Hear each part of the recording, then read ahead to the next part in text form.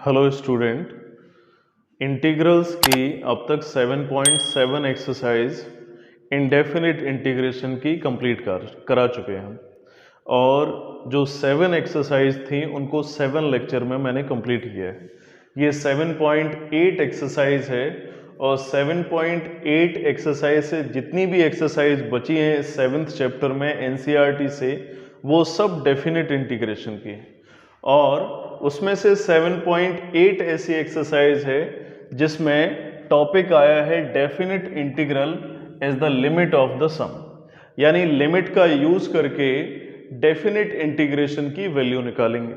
ठीक है, 7.8 में ही ऐसा है। 7.9 से फिर डायरेक्ट इंटीग्रेशन होने लगेगा, सेम उसी टाइप से जैसे कि इंडेफिनिट इंटीग्रेशन के क्वेश्चंस को सॉल्व किया था। अगर इसको हमें सॉल्व करना है इस मेथड से, लिमिट ऑफ सम से, तो उसके लिए एक एक्सपेंशन लर्न करना पड़ेगा।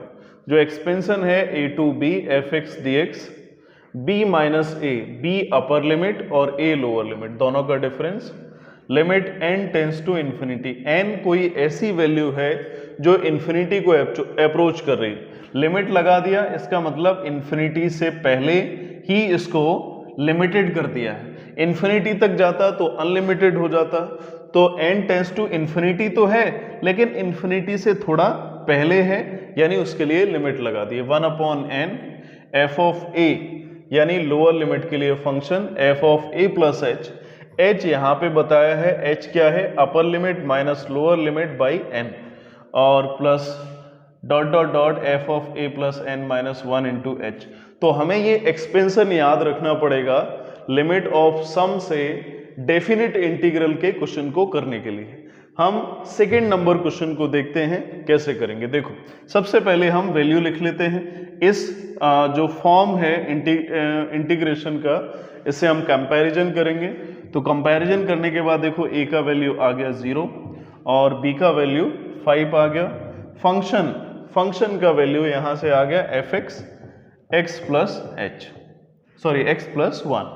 तो a, उसके बाद b 5 था और fx, ये तीन वैल्यू हमें मिल गई। इसके बाद इसमें भी एक्सपेंशन लगाएंगे। एक्सपेंशन में वैल्यू को पुट किया, b के प्लेस पे आ गया 5, a के प्लेस पे आएगा 0। Limit n tends to infinity 1/n f of a का वैल्यू कितना था 0, plus f of a plus h, a का वैल्यू हो गया 0। अब h इसमें पता नहीं है, ठीक है, तो हम एक काम करते हैं कि h की वैल्यू निकाल लेते हैं। h इज इक्वल टू होता है b minus a upon n, तो b का वैल्यू था 5, a का वैल्यू था 0, तो 5 माइनस 0 5 अपॉन n आ जाएगा। ये h का हमें वैल्यू मिल गया। तो हम a प्लस h यानी a का वैल्यू 0 और h के प्लेस पे लिखेंगे 5 अपॉन n। और उसके बाद अगर आगे देखें f of a plus h, उसके बाद जो थर्ड टर्म आएगा वो f of a plus 2h आएगा, है ना, f of a plus 2h। तो सेम टाइप से इसको लिख दिया 0 plus 2 into 5 upon n, because 2 के प्लेस पे 2 आ गया और h का वैल्यू हो गया 5 upon n, plus dot dot dot f of a का वैल्यू था 0 और प्लस n माइनस 1 इंटू, और h का वैल्यू हो गया 5 अपॉन n। अभी इसमें कुछ भी नहीं किया है। a के प्लेस पे a का वैल्यू, b के प्लेस पे b का वैल्यू, फंक्शन के प्लेस पे फंक्शन का वैल्यू और h के प्लेस पे h का वैल्यू एक्सपेंशन में पुट कर दिया है। तो 5 माइनस 0 किया तो 5 आएगा। Limit n tends to infinity 1/n f of 0। x अगर यहाँ पे आ रहा है तो x यहाँ पे आ रहा है, ठीक है। अगर x के प्लेस पे 0 आ रहा है तो जहां पे भी x आ रहा होगा वहां पे 0 आ जाएगा। 0 प्लस 1 वैल्यू आएगी 1, ठीक है।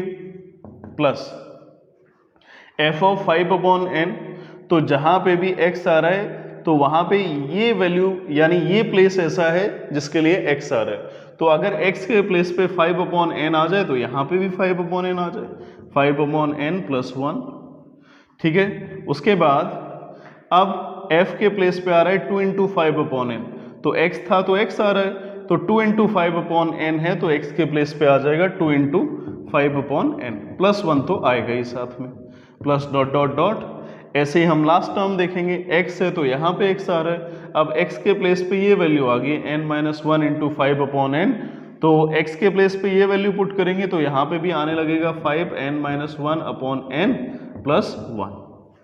ठीक है, अब हमें एक चीज समझना है यहाँ पे कि इस पूरे एक्सपेंशन में नंबर ऑफ टर्म्स कितने हैं।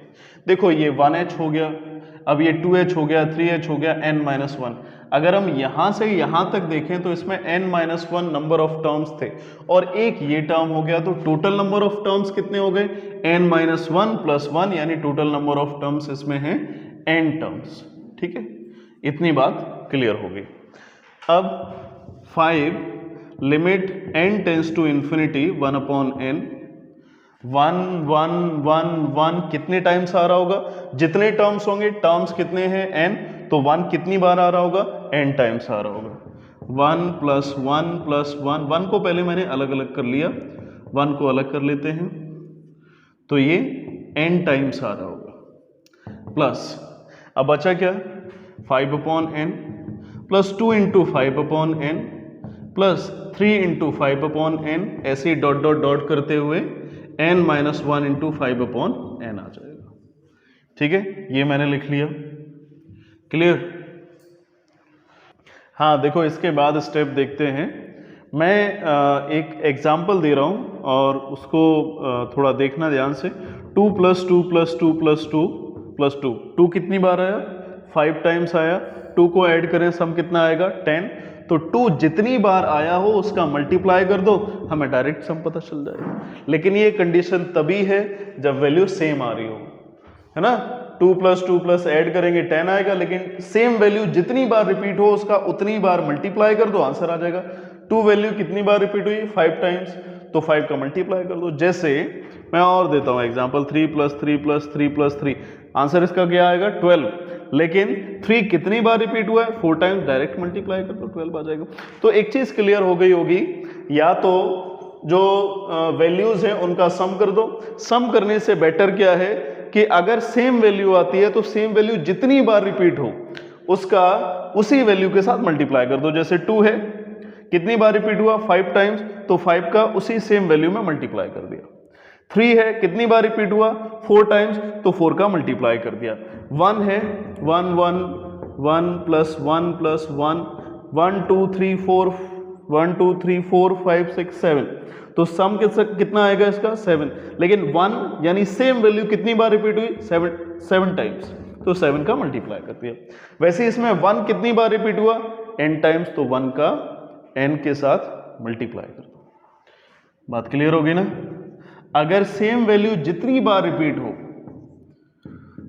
उसका सेम वैल्यू के साथ मल्टीप्लाई कर दो। जैसे 1 7 टाइम्स रिपीट हुआ तो 7 का मल्टीप्लाई कर दिया। ये सेम वैल्यू 3 है, वो कितनी बार रिपीट हुई 4 टाइम्स, तो 4 का मल्टीप्लाई कर दिया। 2 सेम वैल्यू थी, कितनी बार रिपीट हुई 5 टाइम्स, 5 का मल्टीप्लाई कर दिया।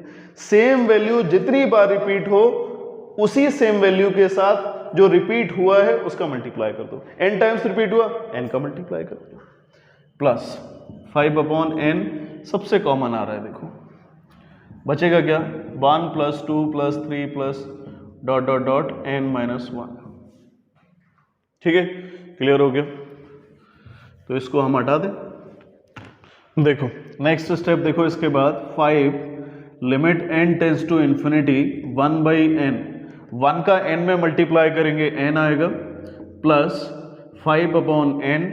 अब इसके बाद देखो ये एक सीक्वेंस बना हुआ है, ठीक है, सीक्वेंस बना हुआ है n-1 टर्म्स का। तो n-1 टर्म्स का जो सीक्वेंस बना है उसको अभी हम यहीं पे छोड़ते हैं। एक चीज और बताते हैं जो पिछली क्लासेस में पढ़ी हुई है। 1 plus 2 plus 3 dot dot dot n आ जाता है, तो ये सम ऑफ n नेचुरल नंबर हो गया। इसका फॉर्मूला क्या होता है n/2 n+1। ठीक है, ये डायरेक्ट याद रखा जाता था जो 11th क्लास में पढ़ा हुआ है। चाहे तो हम डायरेक्ट यूज कर सकते हैं, अगर डायरेक्ट यूज नहीं करना चाहो तो ये एपी बनी हुई है, एपी के n-1 टर्म्स के सम का हम फॉर्मूला अप्लाई कर देंगे। तो फॉर्मूला क्या होता है n/2 a प्लस l, यानी n/2 first term plus last term. तो इसमें फर्स्ट टर्म देखो 1 है और लास्ट टर्म n-1 हो गया।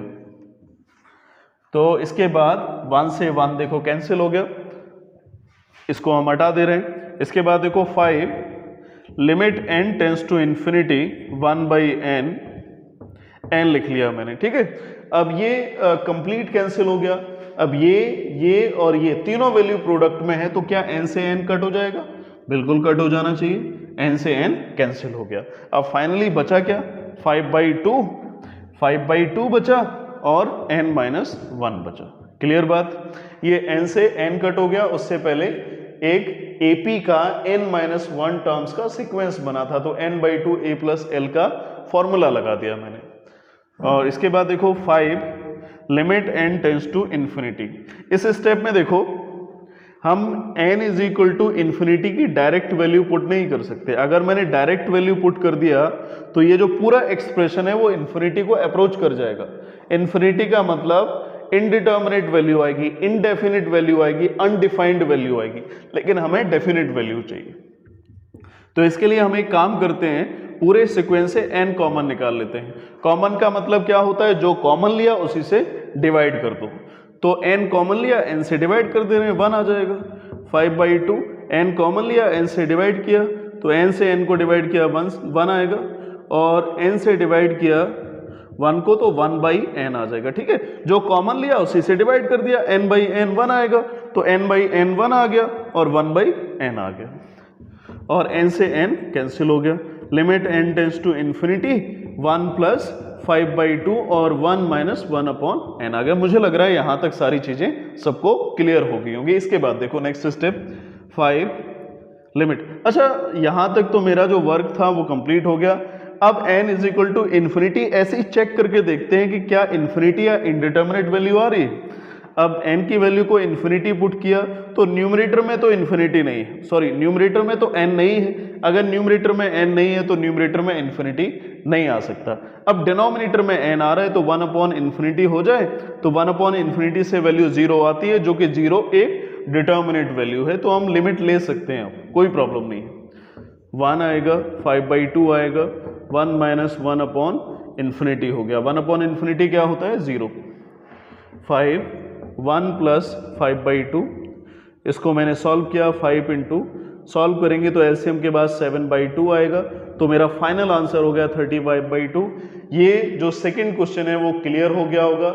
इसमें मैंने इस एक्सपेंशन का यूज किया। ये एक्सपेंशन जरूर याद रखना है लिमिट ऑफ सम के लिए डेफिनेट इंटीग्रल में।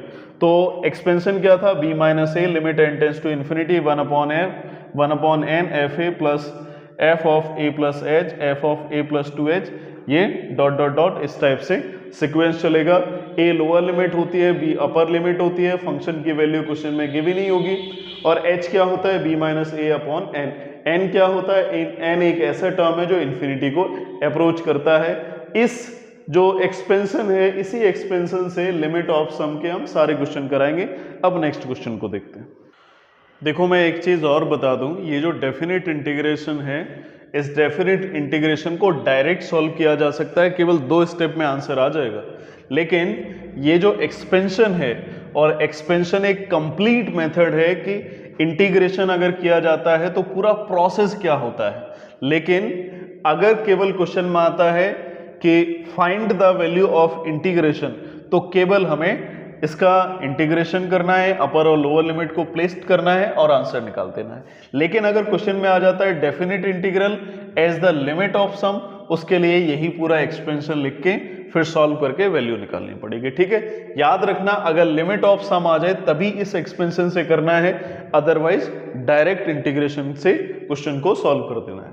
देखते हैं क्वेश्चन को, कंपैरिजन करा लेते हैं। a का वैल्यू क्या हो गया? -1, b का वैल्यू 1 आ गया, ठीक है। b अपर लिमिट होती है, और फंक्शन का वैल्यू क्या था? e⁻x हो गया फंक्शन का वैल्यू, ठीक है। अब इसके बाद h और देख लेते हैं। h क्या होता है? b - a/n होता है। b का वैल्यू कितना? 1, और a का वैल्यू कितना? -1, माइनस ऑलरेडी लगा हुआ है, तो माइनस माइनस प्लस हो गया n, तो वैल्यू आ जाएगी 2/n, ठीक है। तो हमें इतनी वैल्यू निकालनी होती है, a b फंक्शन का वैल्यू और h का वैल्यू। इसके बाद इस एक्सपेंशन का यूज करेंगे, तो b के प्लेस पे वैल्यू लिखा, 1 माइनस माइनस प्लस हो गया, limit n tends to infinity आ गया 1/n, और f ऑफ a -1 था value, plus f of A का वैल्यू -1 और एच का वैल्यू देखो 2/n हो गया, प्लस एक और टर्म लिख लेते हैं, ए का वैल्यू -1 रहेगा और 2h आता है तो +2 टाइम्स ऑफ 2/n आएगा, plus dot dot dot F of A का वैल्यू -1 प्लस n-1 आता है और h का वैल्यू 2/n था। ठीक है, क्लियर हो गया होगा। अभी कुछ नहीं किया है, केवल a और h के प्लेस पे वैल्यूज को पुट कर दिया। 1 और 1 2 आ गया, limit n tends to infinity 1/n। देखो इधर x था तो यहाँ पे x आ रहा था, ठीक है, और -1 है तो यहाँ पे -1 आ जाएगा। ठीक है, x है तो ये x आ रहा था, अब x के प्लेस पे -1 आ गया तो यहाँ पे भी -1 आ जाएगा, तो e टू दी पावर -1 हो गया। ठीक है, e2 और x है तो यहाँ पे पावर पे x आ रहा था, लेकिन x के प्लेस पे ये वैल्यू आ गई तो पावर में भी ये वैल्यू आ जाएगी, plus next e to the power -1 और 2 इंटू 2/n। x है तो पावर में x था, अब x के प्लेस पे ये वैल्यू तो पावर में ये वैल्यू आ जाएगी, plus dot dot dot E to the power, x था तो पावर में x आया था, अब x के प्लेस पे ये वैल्यू तो पावर में भी आ जाएगी, -1 प्लस n-1 इंटू 2/n। तो ये मैंने फंक्शन का यूज कर लिया है। 2 limit n tends to infinity. अगला स्टेप ध्यान से देखना, e टू दी पावर -1। एक कॉन्सेप्ट पढ़ा था कि अगर बेस सेम होता है तो पावर को ऐड कर देते हैं, एक्सपोनेंटेड पावर की जो प्रॉपर्टी थी उसी का हम यूज करेंगे, e to the power 2/n। Base same था, पावर ऐड करो सेम वैल्यू आ जाएगी, plus e to the power -1 into e to the power 2 into 2/n आ गया, प्लस डॉट डॉट डॉट, ऐसे ही बेस सेम पावर ऐड वाला concept लगाएंगे, e to the power 2n-1, इसको ऐसे ही लिख लेते हैं अभी, n-1 इंटू 2/n लिख लिया। ठीक है, बेस सेम थे, पावर को ऐड किया, यही कॉन्सेप्ट लगा दिया। 2 limit n tends to infinity 1/n। देखो सबसे कॉमन क्या आ रहा है, e to the power -1 common आ जाएगा, तो e टू दी पावर -1 को मैंने कॉमन निकाल दिया। अब बचा क्या, 1 plus e to the power 2n plus e to the power 2 into 2n plus dot dot dot e to the power n-1 into 2/n आ गया। ठीक है, ये हमें वैल्यू मिल गई है। क्लियर हो गया होगा ये step. 2 limit n tends to infinity e to the power -1 आ गया।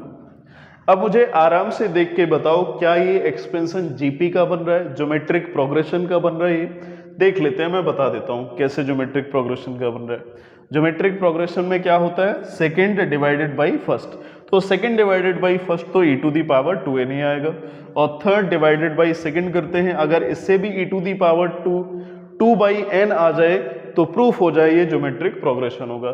तो t3/t2 करेंगे तो t3 का वैल्यू यानी थर्ड टर्म का वैल्यू था e to the power 4/n, है ना, 2 2 जा 4, और t2 का वैल्यू था e to the power 2/n, e to the power 4/n minus 2/n, इसको सॉल्व किया e to the power 2/n आ गया।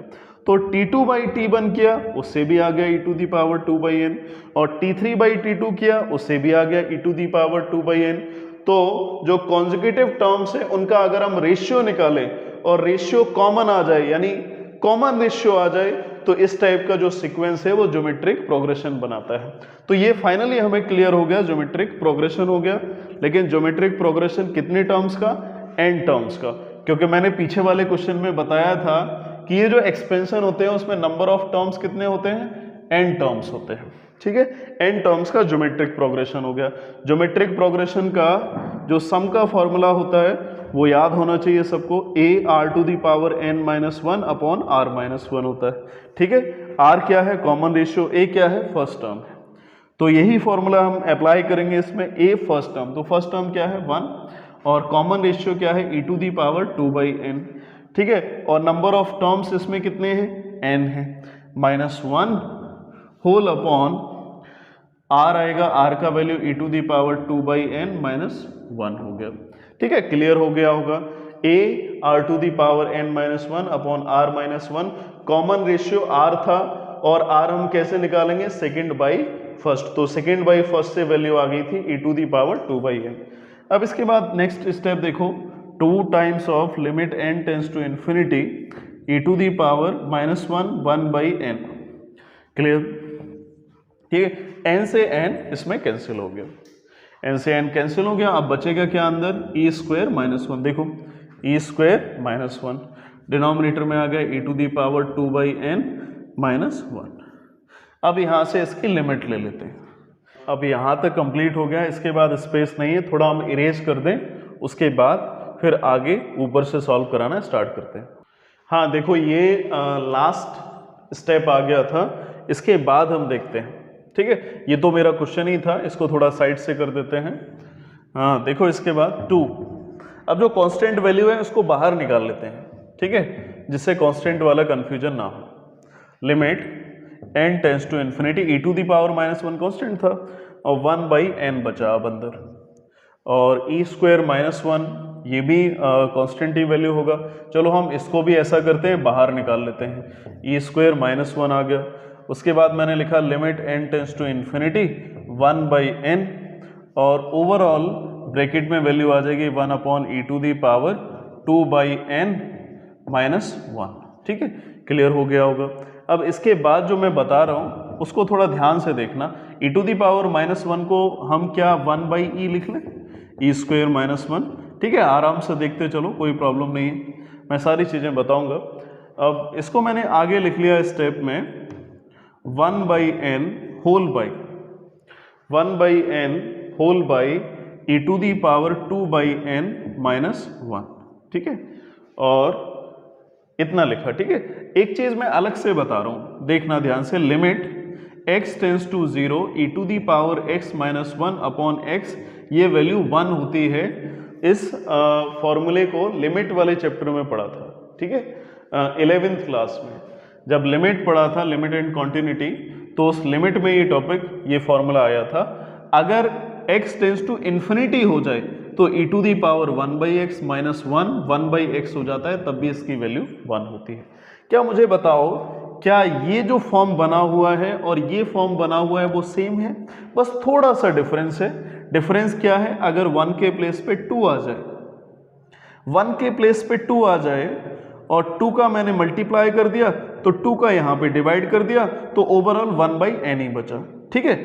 मैंने 1/n को पहले तो अंदर लिखा, उसके बाद 2 का डिवाइड और 2 का मल्टीप्लाई कर दिया। कॉन्सेप्ट होता क्या है कि e to the power x आती है, जो पावर आएगी वही अपॉन में आ जाती है, तो वैल्यू 1 होती है, ठीक है। अगर 1/x आ गया तो 1/x वही अपॉन में आ जाता है, तो वैल्यू 1 हो जाती है। वैसे यहाँ पे आ रहा है, देखो e to the power 2/n है तो वही पावर में आ रहा है। इसको हम अपॉन में भी लिख सकते हैं, जैसे 2/n को हम इधर नहीं लिखना चाहते हैं तो इधर भी लिख सकते हैं 2/n, first fourth second third करके फिर से ऊपर आ जाएगा, बात एक ही होती है। तो क्या मुझे आराम से सोच के बताओ, e to the power 1/x -1 upon 1/x का ये फॉर्म बन गया है, ठीक है, बिल्कुल एग्जैक्ट सेम फॉर्म बना हुआ है। तो इस पूरे एक्सपेंशन से जो सॉल्व करके लिमिट आया है, इस पूरे फॉर्म का जो वैल्यू होगा वो 1 के इक्वल होगा ऑन टेकिंग लिमिट 2। e से मैंने डिवाइड किया, e आएगा, e से e स्क्वायर e बचेगा, और 1/e का 1 में मल्टीप्लाई किया 1/e आएगा, और यहाँ पे 1/2 बचा। और limit n tends to infinity के लिए e to the power 1/x -1 upon 1/x, यानी जो 1/x आ रहा है वही यहाँ पे आ रहा है। वैसे यहाँ पे क्या है, 2/n आ रहा है, वही वैल्यू अपॉन में 2/n आ रही है, तो वैल्यू 1 हो जाती है। तो यहाँ पे पूरे लिमिट का जो वैल्यू है वो 1 के इक्वल आ जाएगा, और 2 से 2 कट हो गया और हमें फाइनल आंसर मिल गया e -1/e। तो ये क्वेश्चन था, इस क्वेश्चन को मैंने अभी बताया था, चाहे तो हम डेफिनेट इंटीग्रेशन से इस क्वेश्चन को डायरेक्ट कर सकते हैं, लेकिन क्वेश्चन को लिमिट से हमें करना है 7.8 एक्सरसाइज के मेथड के अकॉर्डिंग। एक्सपेंशन का यूज किया और एक्सपेंशन के अकॉर्डिंग वैल्यू पुट की, इसमें एक जीपी बन गई थी, तो जीपी का फॉर्मूला यूज किया ar to the power n -1 upon r -1। ये फॉर्मूला 10th और 11th दोनों क्लास में आया है, तो फॉर्मूला याद होगा। उसके बाद लिमिट का एक लिमिट चैप्टर का फॉर्मूला यूज हो रहा था, तो उस फॉर्मूले का यूज किया और सॉल्व करके e -1 अपॉन e आंसर आ गया। तो हम इसके बाद, ये तो 5th कंप्लीट हो गया, इसके बाद 6 और देखेंगे क्वेश्चन। डेफिनेट इंटीग्रेशन में लिमिट ऑफ सम के क्वेश्चन के लिए सबसे पहले हमें ए का वैल्यू निकालना होता है, बी का वैल्यू निकालना होता है, फंक्शन का वैल्यू निकालना होता है और एच का वैल्यू निकालना होता है। ये हम वैल्यू निकालेंगे जो स्टैंडर्ड फॉर्म है, स्टैंडर्ड एक्सपेंशन फॉर्म है, उससे कंपैरिजन करके। तो देखो इससे ए का वैल्यू आ जाएगा 0, बी का वैल्यू कंपैरिजन किया तो 4 आ गया, फंक्शन का वैल्यू का कंपैरिजन किया तो फंक्शन का वैल्यू कंपेयर करने के बाद हमें मिल गया x plus e to the power 2x। और फाइनली h का भी हम वैल्यू निकाल लेंगे, h होता है b minus a by n, तो b का वैल्यू 4, a का वैल्यू 0, तो हमें h का वैल्यू मिल जाएगा 4 बाई एन। तो हमें ये 4 वैल्यू मिल गई, 4 वैल्यू का ही रिक्वायर्ड होता है एक्सपेंशन के लिए। तो अब एक्सपेंशन यूज करेंगे, b माइनस ए मतलब 4 माइनस 0 4 आ गया। Limit n tends to infinity 1 by n आएगा और f ऑफ a का वैल्यू 0 था प्लस f ऑफ 0 प्लस अब h का वैल्यू था 4 बाई एन, ठीक है, और plus f of 0 plus 2 into h आएगा, तो 2 इंटू एच का मतलब 2 इंटू 4 बाई एन। सिमिलरली ऐसे ही फंक्शन आगे चलते चले जाएंगे और हमें लास्ट टर्म मिलेगा f ऑफ a का वैल्यू मैंने अभी बता ही दिया 0 होगा और n माइनस 1 और h का वैल्यू आएगा 4 बाई एन। तो ये इसका एक्सपेंशन हो गया। अब इसके बाद हम देखेंगे 4 limit n tends to infinity. थोड़ा अब ध्यान से देखना, देखो इधर x है, फंक्शन ऑफ x, तो यहाँ पे x लिखा हुआ है, तो x की वजह से यहाँ पे भी x आ रहा है और e to the power 2 times of x आ रहा है। तो x के प्लेस पे 0 आ गया, तो जहाँ पे भी x आ रहा है वहाँ पे 0 आ जाएगी वैल्यू। तो वैल्यू हमें क्या मिलेगी, x के प्लेस पे 0 आएगा, e to the power 2 into, तो 0 प्लस, मैं लिख लेता हूँ 0 plus e to the power 2 into 0, ये हमें फर्स्ट टर्म मिला, ठीक है, कोई जल्दी नहीं, आराम से देखते चलो। सेकेंड टर्म लिखा हुआ है f ऑफ 4 बाई एन, तो जहाँ पे भी x आ रहा है उसके प्लेस पे हम 4 बाई एन पुट करेंगे, 0 का तो कोई सिग्निफिकेंस होता नहीं है, 4 बाई एन और plus e to the power 2 into 4 by N, ठीक है, जहाँ पे x आ रहा था उसके प्लेस पे 4 बाई एन आ जाएगा। थर्ड टर्म भी ऐसा ही होगा, तो x था, x के प्लेस पे आ गया 2 टाइम्स ऑफ 4 बाई एन, तो यहाँ पे हम लिख लेंगे 2 इंटू 4 बाई एन, ठीक है, ये कोई h नहीं है, n लिखा हुआ है, n आ गया और plus e to the power twice of, अब यहाँ पे 2 टाइम्स और लिखा है तो हम यहाँ पे भी लिख देते हैं 2 इंटू 4 बाई एन, फिर बाद में जब सॉल्व करेंगे तो एडजस्ट कर लेंगे इसे, और ये ब्रैकेट क्लोज कर दिया मैंने। लास्ट टर्म भी लिख लेते हैं, तो x था, तो x के प्लेस पे क्या आएगी value, n minus 1 into 4 by n, है ना, क्योंकि x था तो x आ रहा था, अब x के प्लेस पे ये वैल्यू, तो x को रिप्लेस करके ये वैल्यू पुट करेंगे, plus e to the power आएगा ट्वाइस ऑफ n माइनस 1, ठीक है, इधर स्पेस नहीं है तो हम इसको थोड़ा नीचे लिख लेते हैं, E to the power twice of n minus 1 into 4 by N, ठीक है, तो ये मेरा कंप्लीट एक्सपेंशन हो गया। अब इसके बाद देखते हैं next term 4 limit n tends to infinity, थोड़ा इधर से लिखेंगे जिससे लास्ट में प्रॉब्लम ना हो, 1 बाई एन, ठीक है, देखो इधर थोड़ा ध्यान से, अब पहले 2 टर्म आ रहे हैं इसमें, फर्स्ट टर्म को हम अलग कर लेते हैं, सेकेंड टर्म को भी अलग कर लेंगे। तो फर्स्ट टर्म हमें क्या मिलेगा, 4 by n, 2 into 4 by n, ऐसे ही आएगा 3 इंटू 4 बाई एन, और सॉल्व हम करते जाएंगे तो हमें लास्ट टर्म मिलेगा n by n minus 1 into 4 by n. तो ये हमें फर्स्ट टर्म का सम कर लिया। फर्स्ट टर्म जितने भी ब्रैकेट्स आ रहे हैं उसके फर्स्ट टर्म को हम अलग कर लेते हैं जिससे सॉल्विंग थोड़ी सिंपल हो जाए। सेकेंड टर्म को अलग करेंगे, ठीक है, तो e टू दी पावर 0 का वैल्यू 1 हो जाएगा, ये हमें वैल्यू 1 मिल गई है यहाँ से। इसके बाद e टू दी पावर आएगा 2 इंटू 4 बाई एन, तो क्या मुझे बताओ, इसको हम 8 बाई एन लिख लें डायरेक्ट, 2 4 जा 8। इसके बाद थर्ड टर्म देखो e टू दी पावर, इसको मैंने लिख लिया 2 इंटू 4 2 जा 8 बाई एन, तो सेम टाइप से हम लास्ट टर्म में लिख लेंगे 2 4 जा 8, 8 बाई एन तो हम लिखेंगे ही लिखेंगे और n माइनस 1, ठीक है, 4 2 जा 8, 8 बाई एन दिखाई दे रहा होगा थोड़ा, 4 बाई एन लिखा हुआ है, और इसको क्लोज कर दिया मैंने। बात क्लियर हो गई। फर्स्ट टर्म को पहले मैंने अलग कर लिया, उसके बाद जितने भी सेकंड टर्म थे ब्रैकेट्स के उनको अलग कर लिया, दोनों का अलग अलग सम कर दिया। 4 into limit n tends to infinity 1/n। हाँ देखते हैं इधर 4/n हमें सारे टर्म से कॉमन मिल गया है, तो हम कॉमन निकाल लेते हैं 4/n। तो हमें बचेगा क्या, 1 + 2 + 3 + ... n - 1 तक बचेगा, ठीक है, और ब्रैकेट क्लोज कर दिया। अब सेकंड टर्म देखते हैं, तो सेकंड टर्म में वही बात आ गई जैसे कि लास्ट क्वेश्चन में थी। ये एक जीपी का सीक्वेंस बन रहा है। हमें कैसे पता चला, सेकंड टर्म में से फर्स्ट टर्म को डिवाइड करो तो e⁴ आ रहा है, ठीक है। ये तो बात क्लियर हुई, सेकंड में से फर्स्ट को माइनस करेंगे तो e⁴ आएगा। सिमिलरली थर्ड में से सेकंड को डिवाइड कर दें, अगर सेकंड से फर्स्ट को डिवाइड करें, थर्ड से सेकंड को डिवाइड करें, तो डिवाइड करने से अगर रेशियो सेम आ जाए तो फिर जीपी होता है, यानी रेशियो कॉमन हो जाता है। तो सेकंड से फर्स्ट को डिवाइड किया तो अभी मैंने बताया e⁴ मिला। थर्ड से सेकंड को और डिवाइड कर लेते हैं, 8 2 होता है 16/n बाई e⁴ सॉल्व करेंगे e⁴ आ गया। तो ये भी प्रूफ हो गया कि ये जीपी ही बनेगा, सेकंड बाई फर्स्ट और थर्ड बाई सेकंड से कॉमन रेशियो सेम आ गया, जीपी बना। तो अभी हम इसको भी ऐसे ही लिख लेते हैं, क्योंकि इसमें अभी मैंने सम का फॉर्मूला यूज नहीं किया है, तो ऐसे ही लिख लेते हैं 1 + e⁴ और इसको लिख दिया 16/n + ... e⁴n - 1 × 8/n, ठीक है, बात क्लियर। इसके बाद देखते हैं 4 times of limit n tends to infinity 1/n 4/n। ये n-1 टर्म्स की AP बन गई है, ये AP बन गई है। तो n-1 टर्म्स की AP होती है तो फॉर्मूला क्या होता है, n/2 a + l। दो फॉर्मूले होते हैं AP के, एक और फॉर्मूला होता है n/2 2a + n-1 × d। जब डायरेक्ट हमें फर्स्ट और लास्ट टर्म पता हो तो हम इतना बड़ा फॉर्मूला क्यों यूज करें, ठीक है, ऐसा फॉर्मूला यूज कर लेते हैं जिससे डायरेक्ट आंसर आ जाए। तो n-1/2 इंटू फर्स्ट टर्म था 1 और लास्ट टर्म था n-1 आ गया। तो इसको हम ऐसे ही लिख लेते हैं छोटे वाले ब्रैकेट में, और ये करली ब्रैकेट से क्लोज कर दिया। 1 से 1 कैंसिल हो जाता है, ठीक है। अब आगे देख लेते हैं, ये जीपी का सीक्वेंस हो गया। जीपी का फॉर्मूला सब बच्चे जान गए होंगे, ए आता है, ए के प्लेस पे 1 आ गया।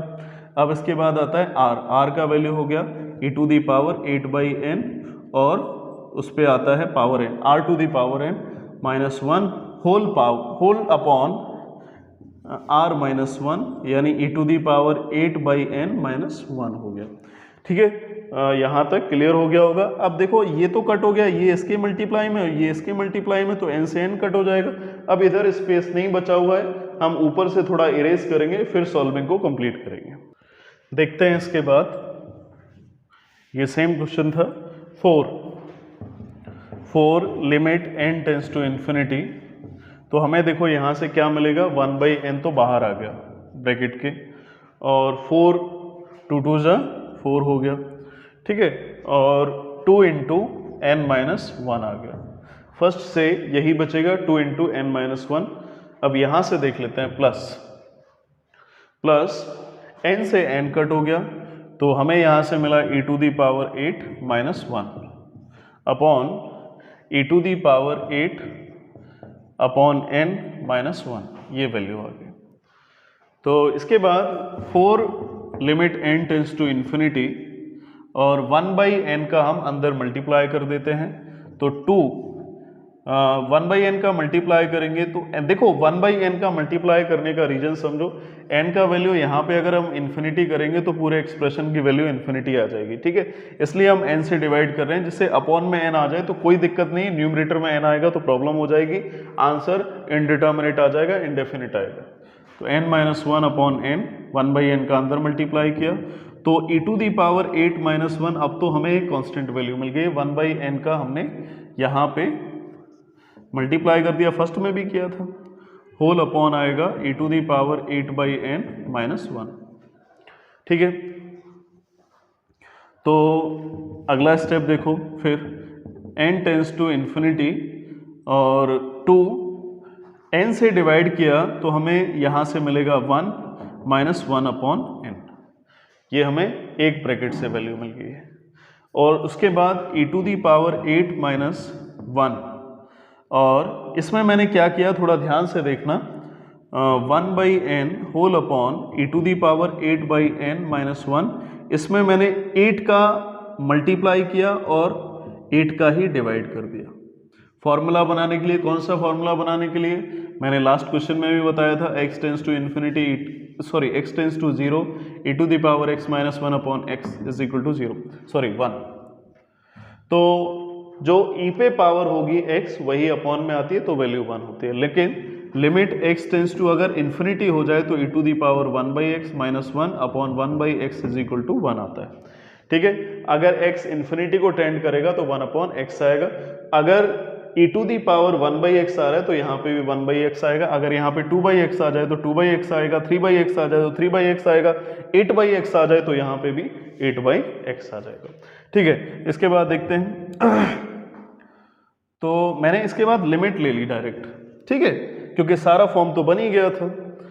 4 लिमिट लिया तो 2 × देखो 1 - 1/∞ हो गया। 1/∞ का मतलब 0 होता है, यहाँ पे कोई दिक्कत नहीं है हमें। प्लस 1/8 e⁸ 1, ठीक है, ये आ गया। और इसका मैंने वैल्यू क्या बताया था अभी, देखो यही तो फॉर्म बन गया है ना, ये बस रेसिप्रोकल फॉर्म में लिखा है, तो 1 का भी रेसिप्रोकल कर दो 1 ही होता है, तो हमें यहाँ से 1 मिल गया। ठीक है, इसके बाद एक स्टेप और देखो, 4 2 का 1 में मल्टीप्लाई किया 2 आ जाएगा। यहाँ पे थोड़ा और हम इसको हटा देते हैं तो 2 आएगा, प्लस 1/8 e⁸ 1 हो गया। ठीक है, अब ये 8 था, इसका भी एलसीएम ले लिया दोनों नंबर को मिला के, तो 8 और 1 का एलसीएम आएगा 8। 8 2 जा हो गया 16 और e⁸ 1, 4 से मैंने 8 को कट कर दिया, 2 आ गया, 16 - 1 होता है 15 e⁸ तो ये हमें आंसर मिल गया। लिमिट ऑफ सम के 6 क्वेश्चन थे, उसमें से जो मुझे क्वेश्चन ऐसे लगे कि जो दूसरे क्वेश्चन को भी कवर कर लेंगे या इनसे जो बचे हुए क्वेश्चन हैं वो भी हो जाएंगे, तो उनको मैंने लेके इस एक्सरसाइज को कंप्लीट करा दिया है। 7.8 एक्सरसाइज में मेन क्या है, एक्सपेंशन। अगर एक्सपेंशन आता है तो कुछ भी नहीं है, साथ में h की भी वैल्यू b-a/n। ठीक है, तो दिमाग में क्या रखोगे इस एक्सरसाइज को तैयार करने के लिए, प्रिपेयर करने के लिए, कि हमें एक्सपेंशन पता हो। एक्सपेंशन में मैं एक बार फिर शॉर्ट में बता देता हूं, a का मतलब होता है लोअर लिमिट, ठीक है, कंपैरिजन कराएंगे, b का मतलब अपर लिमिट, फंक्शन का वैल्यू का कंपैरिजन कर लेंगे, h निकाल सकते हैं b-a/n से। तो ये 7.8 एक्सरसाइज कंप्लीट हो गई है लिमिट ऑफ सम की। एक्सपेंशन जरूर याद रखोगे। अब हम न्यू एक्सरसाइज 7.9 के साथ आएंगे डेफिनेट इंटीग्रेशन में। ठीक है, okay, thank you, stay tuned for next video.